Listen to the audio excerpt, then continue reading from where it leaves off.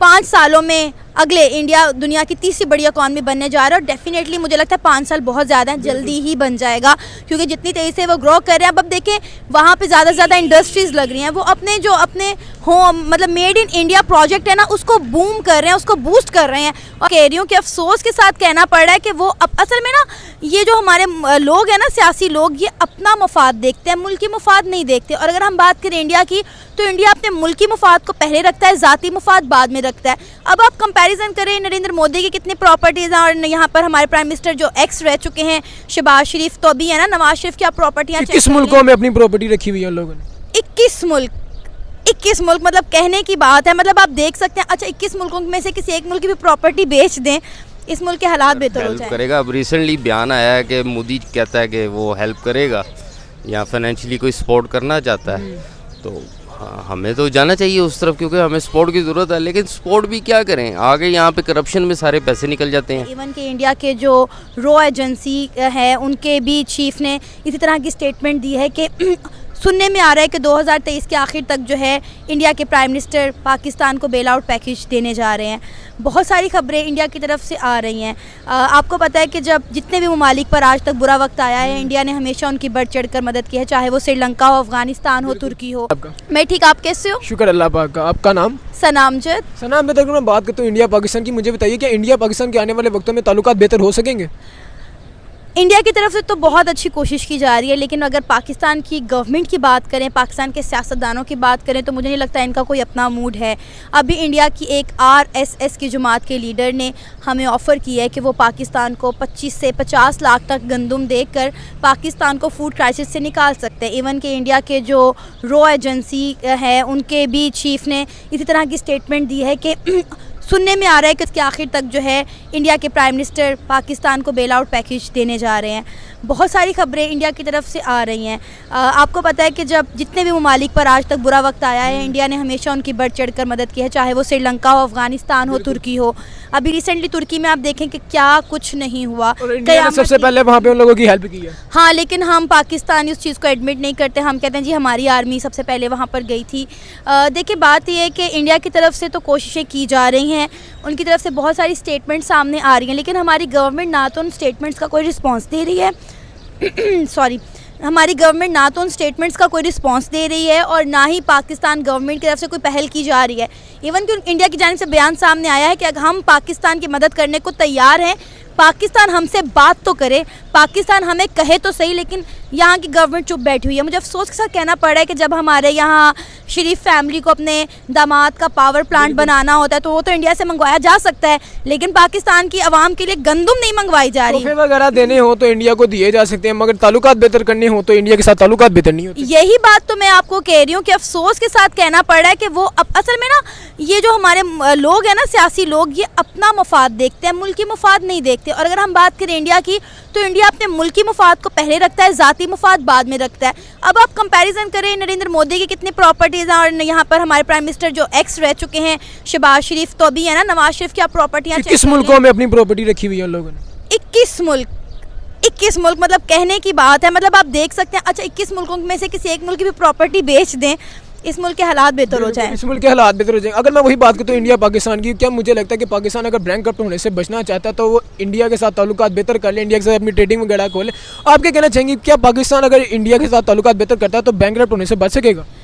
मेरा मानना यह है कि हमें एड की बजाय ना ट्रेड की पॉलिसी को अपनाना चाहिए। इंडिया आज अगर यहाँ से यहाँ पहुँचा है ना, तो उसका सबसे बड़ा जो उनका एक चीज़ जो सेट थी वो नरेंद्र मोदी ने आके make in India policy set की कि अपने मुल्क में सब कुछ बनाओ और वो बाहर के मुल्कों में भेजो। आपको पता है कि जब किसी मुल्क की जो है एक्सपोर्ट बढ़ती है तो उसकी इकॉनमी भी बढ़ती है। इंडिया आज इसीलिए आज 5वीं बड़ी इकॉनमी बन चुका है।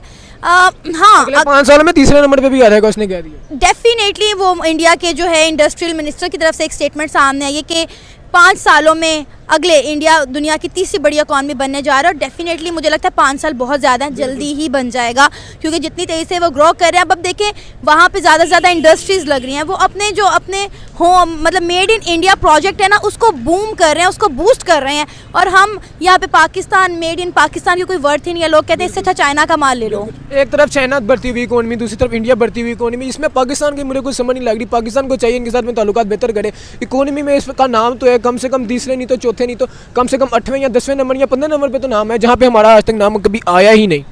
अफसोस की बात है कि शर्म की बात है कि हमारे इर्द गिर्द जितने भी हमसाए मुल्क हैं वो दिन दुगनी और रात चुगनी तरक्की कर रहे हैं और हम डिफ़ॉल्ट की तरफ जा रहे हैं। मैं फिर वही बात कहूँगी, बात यहीं पे आ जाती है कि उनके जो सियासतदान है ना वो उन्हें पता है कि हमने अपने मुल्की मफाद को देखना है, वो अपनी पॉलिसीज़ में मुल्की मफाद को देखते हुए बनाते हैं। यहाँ पर जो सियासतदान आता है कहता है यार 3 साल है 4 साल है, जितना आप पैसा जमा कर सकते हो कर लो और निकलो। अवाम मरती है मरे, अवाम खवार होती है खवार हो, इन्हें अवाम से कोई ताल्लुक वास्ता कोई लेना देना है ही नहीं। तो मेरा ख्याल है जब इस तरह के सेल्फिश सियासतदान किसी भी मुल्क में होंगे तो वो मुल्क बैंकक्रप्ट ही होगा। इंडिया इस क्रिटिकल सिचुएशन में पाकिस्तान की हेल्प करेगा? हम तो चाहते हैं वो करे, लेकिन वो कहाँ करेगा। हमारी कश्मीर पे लड़ाई है, हम उसको सेटल करना ही नहीं चाहते। तो वो अगर हेल्प करेगा, अब रिसेंटली बयान आया है कि मोदी कहता है कि वो हेल्प करेगा या फाइनेंशियली कोई सपोर्ट करना चाहता है। तो हाँ, हमें तो जाना चाहिए उस तरफ क्योंकि हमें सपोर्ट की ज़रूरत है। लेकिन सपोर्ट भी क्या करें, आगे यहाँ पे करप्शन में सारे पैसे निकल जाते हैं, जो कि जितने भी हम पैसे ले लें जब तक हम अपने घर को नहीं सुधारेंगे कुछ भी नहीं हो सकता। अब जनाब अगर मैं वही बात करें तो इंडिया में भी करप्शन होती होगी आपके सामने, या किस मुल्क में नहीं होती, बट वो ग्रो कर रहे हैं, हम ग्रो क्यों नहीं कर रहे हैं? हम करप्शन हमारी बहुत ऊपर तक पहुंच चुकी है, ऊपर से लेके नीचे चपड़ासी तक पहुंच चुकी है। आप किसी डिपार्टमेंट पर चल जाएं, आपने फ़ाइल को मूव करना है, वहाँ के पीएन ने भी पैसे मांगने हैं कि मैं यहाँ से फ़ाइल उठा के अपने ऑफिसर को देख रहा हूँ जहाँ पे साइन होने हैं। मतलब कि इस तरह हम ऊपर से लेके नीचे तक करप्ट हैं। पॉलिटिशियन सारे करप्ट हैं। आप इमरान खान की बात करते हैं, चले इमरान खान नहीं करप्ट, लेकिन उसके इर्द गिर्द जितने हैं वो सारे वो पार्टी के हैं, ऑब्वियसली वो भी सारे ऐसे ही हैं। तो अगर वही जनाब हम वही इंडिया की बात करें तो इंडिया इस्लामिक मुल्कों के साथ ताल्लुकात बेहतर कर रहा है, तुर्की के साथ उसने बेहतर कर लिया, सऊदीया के साथ उसने बेहतर कर लिया। तो वही अगर पाकिस्तान की जो हालत है, क्या इस हालत में पाकिस्तान का वो साथ बनेगा जिस तरह से श्रीलंका को उसने बैंकक्रप्ट होने से बचाया? यार बन सकता है। वो देखिए हम उसके हमसाए हैं, वो भी समझदार है कि हमारे भी ताल्लुकात बेहतर हों। बस एक ना है कि हमने नहीं ताल्लुकात बेहतर होने देने, नहीं स्मूथ चलने देना है इस बिल्कुल जो अभी क्रिटिकल। अगर वही बात करते हो जनाब, एक तरफ चाइना है, एक तरफ इंडिया और एक तरफ पाकिस्तान। चाइना दूसरा की दुनिया की तीसरी बड़ी इकोनॉमी बन गया। इंडिया की मैं बात तो इंडिया दुनिया की 5वीं बड़ी इकोनॉमी है, जो कि अगले 5 सालों में कह रहा है कि मैं अपने आप को तीसरे नंबर पे ला के दिखाऊंगा। तो क्या पाकिस्तान को इससे फाइनेंशियली सपोर्ट वगैरह, अगर दूसरी तरफ एजुकेशन की बात करें तो एजुकेशन वगैरह आ गई, इंजीनियर आ गई, उसके अलावा IT वगैरह आ गई, पाकिस्तान को इनसे लेने नहीं चाहिए अपने ताल्लुकात बेहतर करके? ऑब्वियसली अब जितनी रेवेन्यू है पाकिस्तान का पूरे साल का, उतना सिर्फ इंडिया का IT का रेवेन्यू है। तो 130 बिलियन डॉलर, मतलब इतना पाकिस्तान का रेवेन्यू है, उतना उसका सिर्फ इंडिया का IT का रेवेन्यू है। तो मतलब कि वो एक ग्रो कर रहा है। हमें उसके साथ ट्रेड ओपन करनी चाहिए। 100 मामला बेहतर हो सकते हैं हमारे अगर हम ट्रेड ओपन करते हैं। जो हम इतनी दूर दूर मुल्कों से मंगवाते हैं, हमें वो फ्रेट पड़ता है, चीज़ें महंगी पड़ती हैं, क्यों ना हम इंडिया से लें, डायरेक्ट मंगवाएं। अब इंडिया से हम मंगवाते भी हैं कुछ चीज़ें, लेकिन वाया दुबई वो हमें चीज़ें डबल रेट पे पड़ती हैं।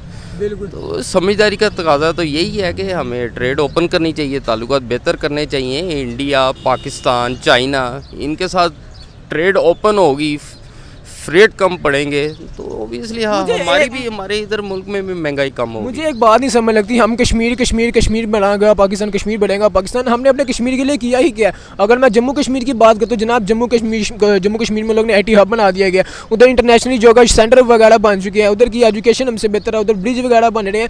हमने अपने कश्मीर के लिए क्या किया? और इंडिया की जम्मू कश्मीर की बात करता तो ये सारी चीज़ें मैंने आपको गिना दी। वो इंडिया तो उन्होंने अब बीच में ले आया ना इंडिया को, जम्मू कश्मीर के। हमने उसे अभी तक सेपरेट किया हुआ है। बस वहाँ पे हम नई डेवलपमेंट होने दे रहे कि ये पता नहीं हमारे पास आता भी है कि नहीं आता। वो तो अब इंडिया तो जम्मू कश्मीर को अपने वो इंडिया के अंदर ले आया है ये 8 अगस्त के फैसले से, तो इस वजह से वो डेवलपमेंट कर रहा है वहाँ पे।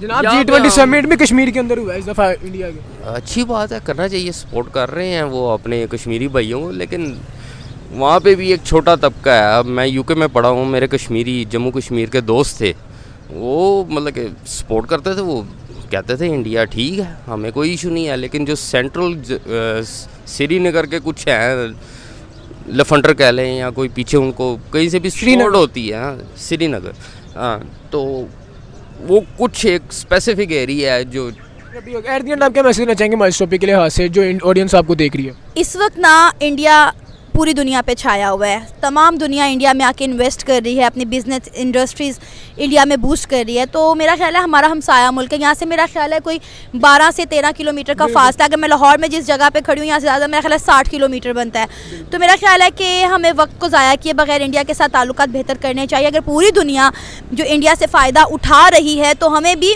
फ़ायदा उठाना चाहिए, इंडिया के साथ ताल्लुकात बेहतर करने चाहिए। लेकिन मुझे नहीं पता कि हम लोग किस ईगो और किस एटीट्यूड में बैठे हुए हैं, अपनी खुद साख्ता एक अना खड़ी करके बैठे हुए हैं। जब आप नरेंद्र मोदी को अपने मुल्क में पाकिस्तान में बुला सकते हैं अपने पर्सनल फंक्शन पे, तो फिर ज़ाती मुफाद को एक तरफ रखते एक दफ़ा मुल्की मुफाद के बारे में तो सोचे ना। हम क्या करते हैं, इमरान खान साहब अगर नरेंद्र मोदी की तरफ कोई हाथ बढ़ाते हैं तो कहते हैं जी इमरान खान गद्दार है, मोदी का जो यार है वो गद्दार है। जब शहबाज शरीफ या नवाज शरीफ ऐसी कोई हरकत करते हैं तो हम इन्हें मोदी का यार बना देते हैं। मेरा नहीं ख्याल कि अगर कोई किसी का यार है तो उसमें कोई कबाहत है। अब आप देखें, आपने चाइना के साथ यारी बनाकर क्या खट लिया, कितनी मदद की चाइना ने आपकी। तो मेरा ख्याल है कि अब इंडिया के साथ ताल्लुकात बेहतर हो जाने चाहिए। ख़ास तौर पर सबसे पहले हमें अपनी ट्रेड खोलनी चाहिए, वो ट्रेड जो इमरान खान साहब ने आते ही बंद कर दी कश्मीर के मुद्दे को लेके। कश्मीर का वो मुद्दा जो 75 सालों से हल नहीं हुआ। अब तो इंडिया वाले भी कहते हैं 75 सालों से हमने जो अब तक आपने खोया हमने भी खोया, मगर अब हमें मजीद बेहतरी की तरफ बढ़ना चाहिए। भाई एग्जैक्टली यही बात है ना, वो कह रहे हैं कि भुला दो 75 सालों में जो हुआ, आओ मिलकर इंसानियत के लिए काम करते हैं। यहाँ पे तो इंसानों की कोई कदर ही नहीं है, वरना वो लोग इंसानों के बारे में इन्होंने क्या सोचना है जिनको कदर ही नहीं है। यहाँ पे लोग मर रहे हैं भूख से, आप जाके देखें, अल्लाह माफ़ करें यहाँ पे क्या हालात हुए हुए हैं मैं बता नहीं सकती। मतलब छोटे छोटे बच्चे सड़कों पे मांग रहे हैं, पेरेंट्स जो हैं वो बच्चों के साथ खुदकुशियाँ कर रहे हैं, जुराइम की शरह दिन ब दिन बढ़ती चली जा रही है। पेट्रोल का आप रेट देख लें आप, मैं कहती हूँ कि पहले शायद हम पिछले साल गर्मियों में एसी चला लेते थे, लेकिन इस साल शायद हम अपने घरों में एसी भी नहीं चला सकेंगे। जो बिजली का रेट बढ़ गया है 7 बजे के बाद से इन्होंने जो है, रिसेंटली न्यूज़ आई है कि डॉलर का रेट दोबारा बढ़ने लगा। डॉलर का तो रेट बढ़ रहा है, डॉलर के साथ साथ जो ओवरऑल सारी चीज़ें बढ़ रही हैं वो हद से ज़्यादा बढ़ती चली जा रही हैं। तो लेट्स सी मुल्क के हालात तो कतन बेहतर होते हुए नज़र आ ही नहीं रहे। बहुत बहुत शुक्रिया आपका।